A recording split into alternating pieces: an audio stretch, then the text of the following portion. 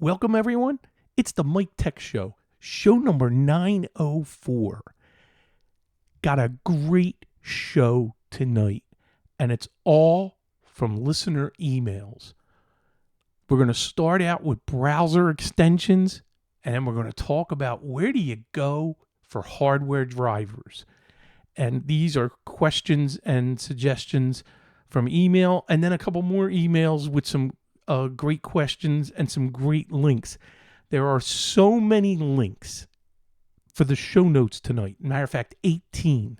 I know that because when I seen there were so many, I've already pre-built on my for the WordPress for the show notes. I already built them yesterday because it took me a couple hours to put all the show notes together.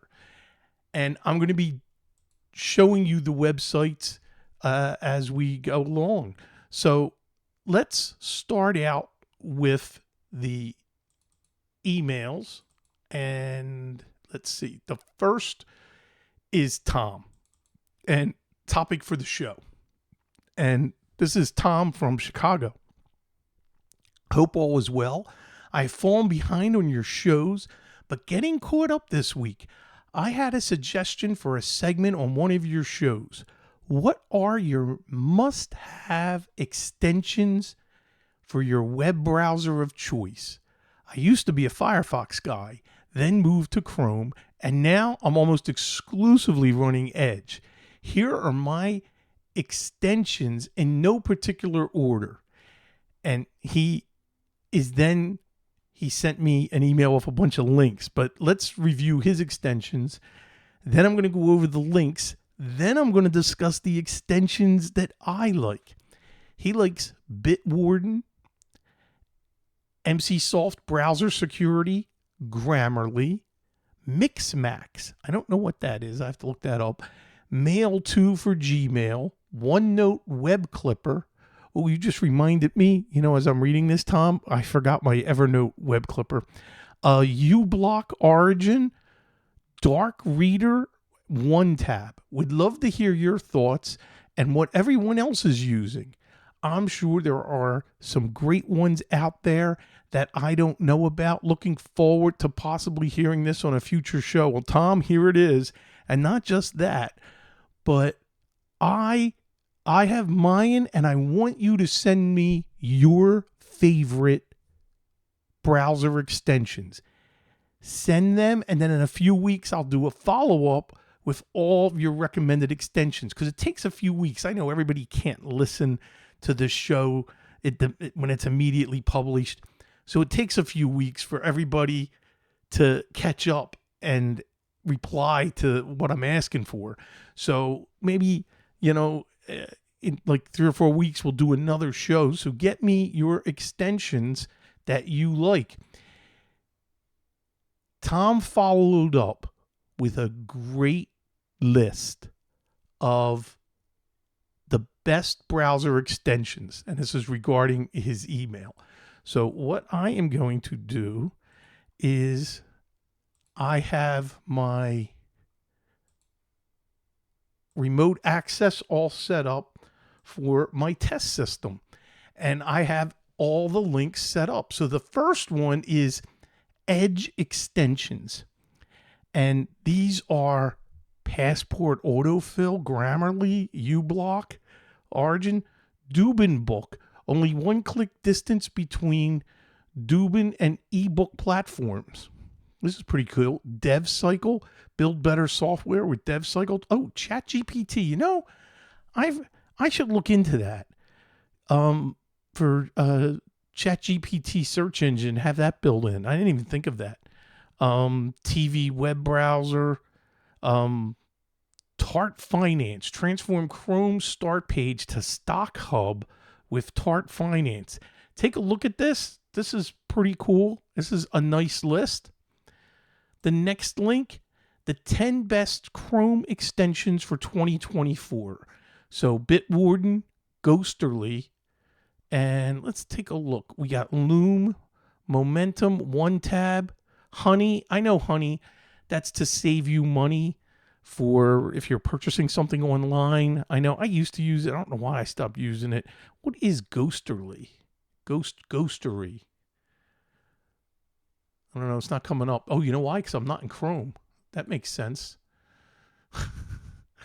All right. Let's go. You know what? Maybe we shouldn't be clicking on some of them. Here's the next one.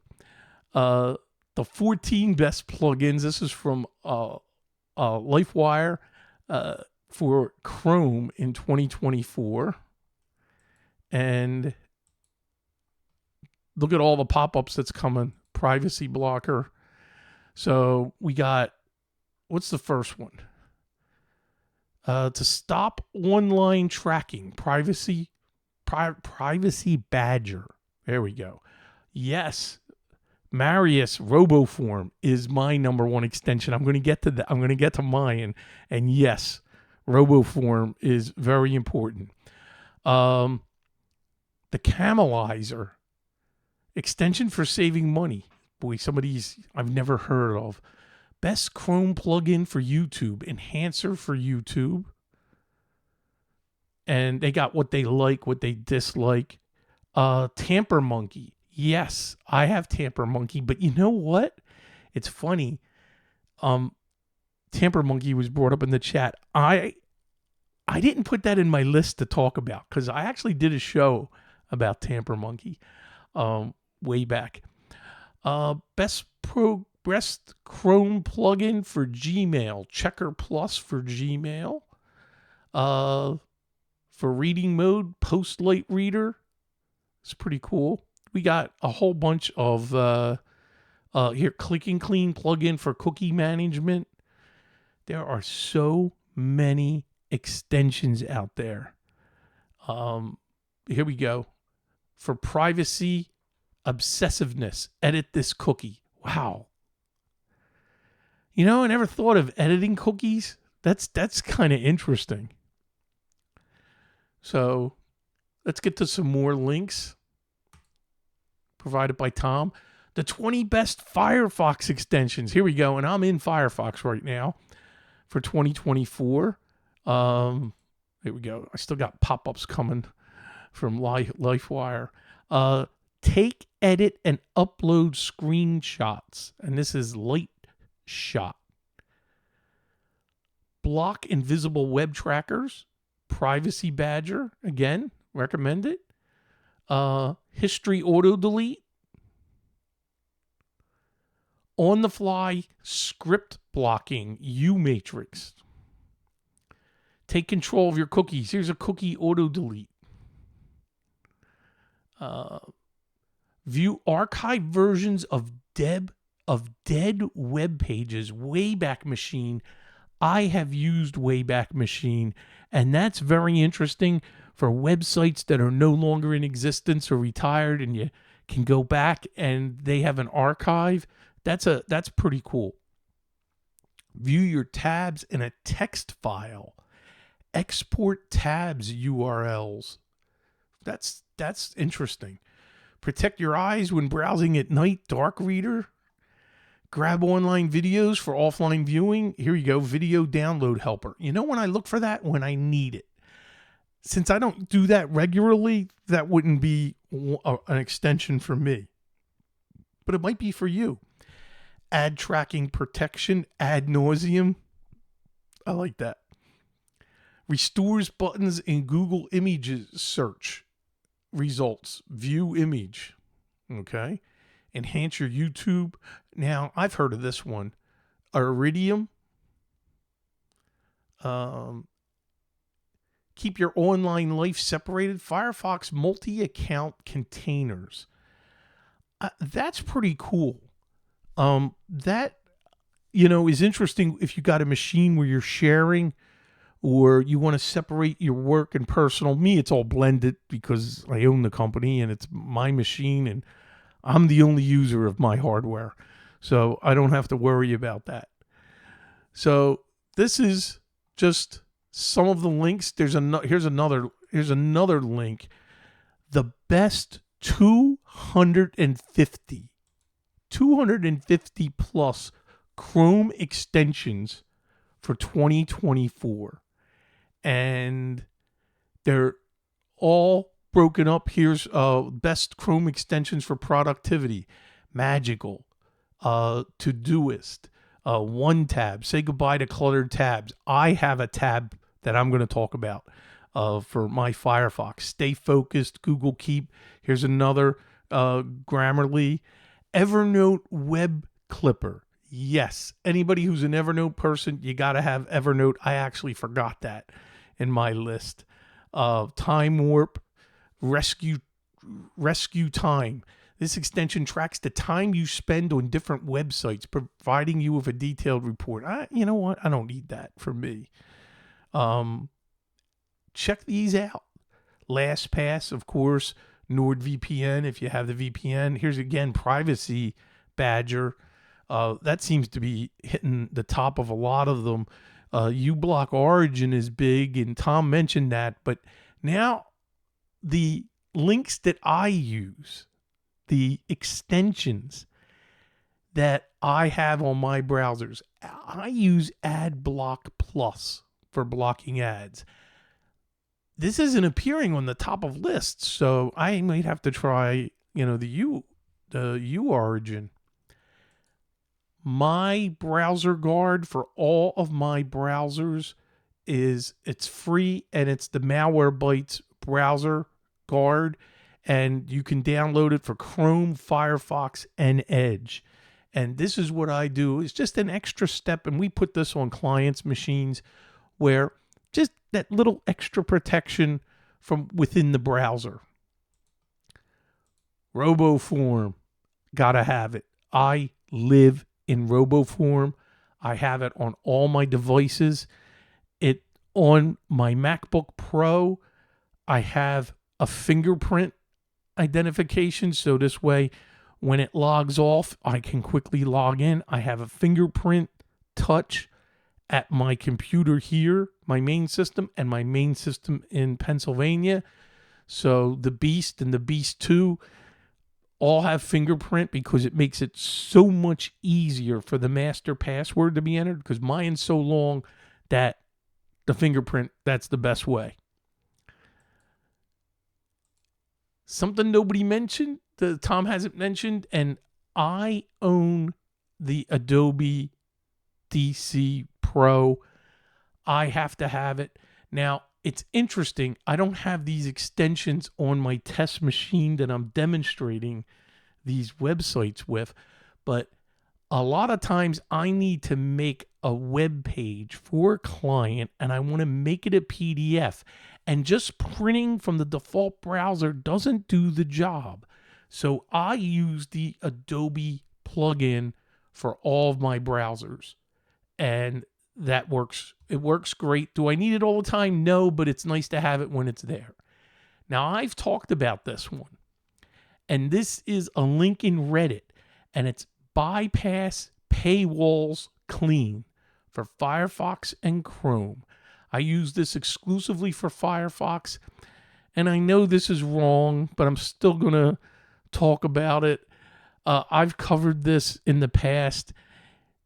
If you need to go to the New York Times, Wall Street Journal, online, the Washington Post, there's Philadelphia Inquirer for me.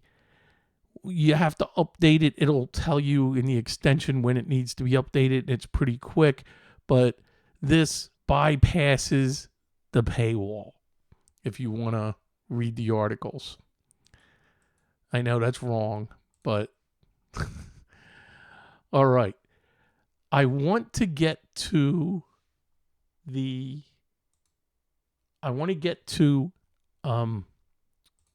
talking about the next email, which is we're going to cover drivers. And this is from, let's get the emails up. And this is from, I don't see him here tonight in the chat. And this is Alaskan, who's always here in the chat. But of course, tonight I'm going to be talking about this, and he doesn't have it. He's not here. But he asked this question, and it perfectly lined up. And I did send him the links that I'm going to talk about here. I need to get Windows XP software for HP printer, but true to form, they removed practically everything from their site for unsupported hardware. Do you have any trusted sources for such software? But it's not just that. I looked at it as, this is a great way to talk about the importance of drivers and the driver sites. And one of the first things I have is if you need XP drivers, I have a Reddit link, and it's interesting. The first thing they talk about is snappy drivers, but here you need XP drivers, read this. And there's lots of links to driver packs, and you may be able to get that HP software that way. Another one, this is not free. Even though they have a free download, they limit how you do this. And you've heard me talk about this. It's called Driver Max. There's good and bad with this. There is some kind of spyware sometimes that downloads with it. But what you got to do is when you use it for the drivers, then you uninstall it. And that's what my son and I do. We haven't had to use this recently, but it's like $29 a year and it's for unlimited use. And when we run into a difficult situation where we can't find a driver, man, Driver Max does find it. And that's something that you really, really want to take a look at. But if you want free, this one is Snappy Driver.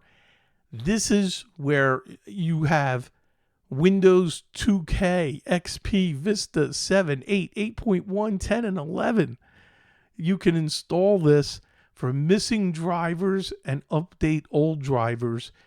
This is the most recommended site from all of you who have been listening for over the years that has been recommended, and any place I go to, this should be at the top of your list in looking for a driver. And this is Snappy Driver. And that is just a great program. And I just can't recommend it any higher than me giving, an official endorsement stamp for that. So let's get to the final emails. Kind of going through this fast, but I'm going to spend some more time on these last couple emails. And this is from Michael, and he goes, "Hey Mike, Windows 10 end of life is October 14th, 2025. My question is simple for you. I know you deal with business. I am just a personal user, but what basic CPU and all that I can get that is affordable for Windows 11, since I'm on a fixed income? If you want, you can ask your listeners this question." Thanks, Michael. Michael, I'm asking everybody out there that listens, what is the least expensive CPU that we can recommend that will support Windows 11 Pro? Because that's what you want to run. And this is a great question because we're going to get hit with this more and more as we start to upgrade systems, because we got end of life. Like he said, October 14th, 2025. Just had a conversation today with a client where they have a Surface Pro. I have a Surface Pro. So I said, next summer, use it. You get it. You got another year. And then we want to address this in the summer.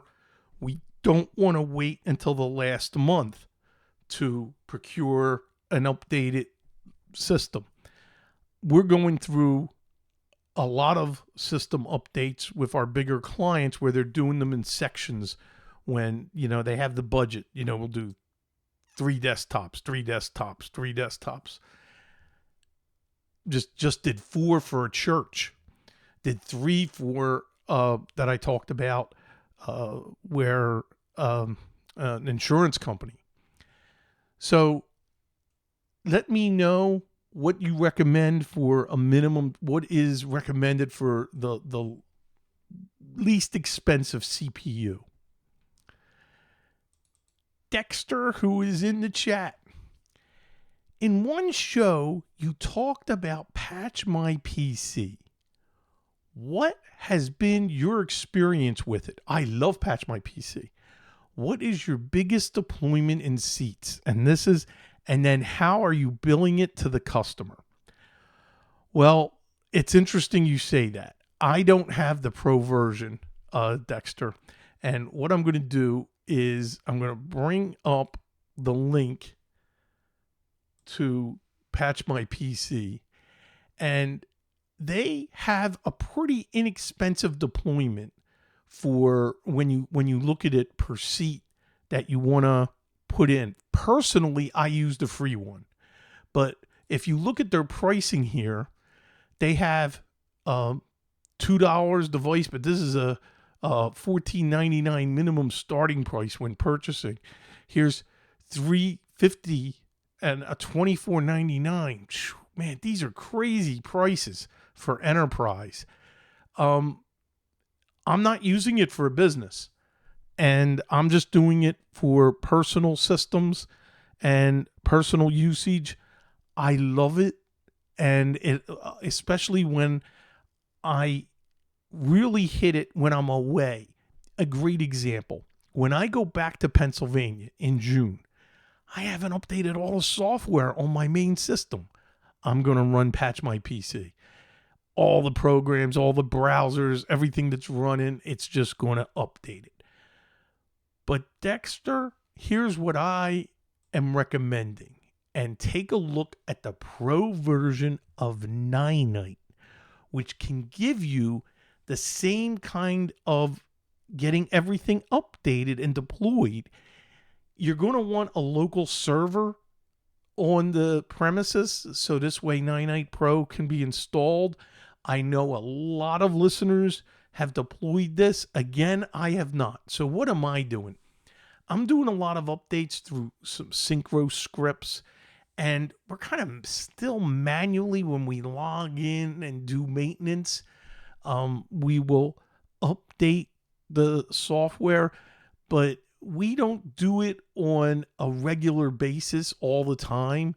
I do have a couple clients that will do it manually and run that. We'll log in once a month. And how do you bill for it? Well, it's easy. NiNite Pro, you take a look at the pricing, and then what you would do is once you see the pricing for it, then build that into your MSP model. So to me, that's the easiest thing for what would you do for pricing. So the MSP model I have is X amount of dollars per workstation. And in there has to be what are you including? So one of the things that I want to make sure is that all of the Windows patching is done and guaranteed. I include Malwarebytes Premium in that price. If they're infected, we'll clean it for free. If, there's certain things that come with it, but no like phone call support. I have a price per workstation and then separately per hour calls on questions and problems that arise or projects that arise. What I would do is, if I was deploying these, I would take the price of what it is per workstation and make sure, if it's $2 a month, build that in as $5 more a month. If you were doing $30 a workstation, then maybe go to $35 and include NiNite Pro. The model I include also is an option for backing up a workstation. So when I started rolling out price per workstation, which I don't do for all clients, only the clients that want that kind of attention and monitoring, which is important because if there's a problem, I'll get notified because we put our Synchro agent on each system and it'll let us know and it'll create a ticket for a problem. If it's like low RAM or there's a blue screen, we'll know it right away. We'll get notified. And that's the nice thing about having an RMM, deployed in there for what we're going to do. Let's say they want each of their workstations backed up. Well, I know what the cost per workstation is for Magnus Box, so I will add a profit to that and then increase the monthly for each of the workstations. So I have various prices per workstation based on the stack of support that they want for it. And so it'll be different for different clients. So the main thing is you have to take a look at what your cost is for deploying this for each workstation and make sure you're making money. And then I bill quarterly. I hate sending an invoice every month. It's a lot of work. And most of my clients do like that. I bill 3 months and it's not at an exact quarter. So it just sort of accidentally worked out that the quarterly invoices I'm sending like the end of this month for the next 3 months is different than the next and the next. So every 3 months, every month, I'm billing a third of my clients quarterly. And it just kind of worked out nice and even. I mean, I do have one heavy quarter, which just seems there was just more naturally when they were signing up. So I have it spread and I call them retainer clients, but that's where we really are an MSP. So Dexter, third party on CVE reports is a problem, he mentions. So I'm going to also, what are you doing? And especially for my MSPs that are listening to this, what are you doing for doing your patching and how do you charge for that? So I would be very curious, and then I will let Dexter know. And I want to thank everybody for all your emails. That is great. Thank you. And it just naturally lined up for tonight perfectly for the topics. And like I said, go to MikeTechShow.com or MikeNation.net. That's the website, the main website for everything, and that's where the show notes are going to be. Every site that I mentioned tonight, the link will be in the show notes. I've already pre-built that in WordPress as a draft. So I just have a little bit of editing for the audio file when this is done, and then the video once it gets posted up to YouTube and I get that link, then that I can just put that right in. So it'll be easy to publish tonight. That's it for tonight's show. Remember, because there's no sponsors, I live on donations for the Mike Tech Show now. So there's a donation button in the show notes and also on the right-hand side of the website. Please, anything helps. I really appreciate it and helps with all the expenses and everything that I go through for putting the show out. Thank you so much, and I will hopefully see everybody back here, same time, same channel, next Thursday night. Bye-bye.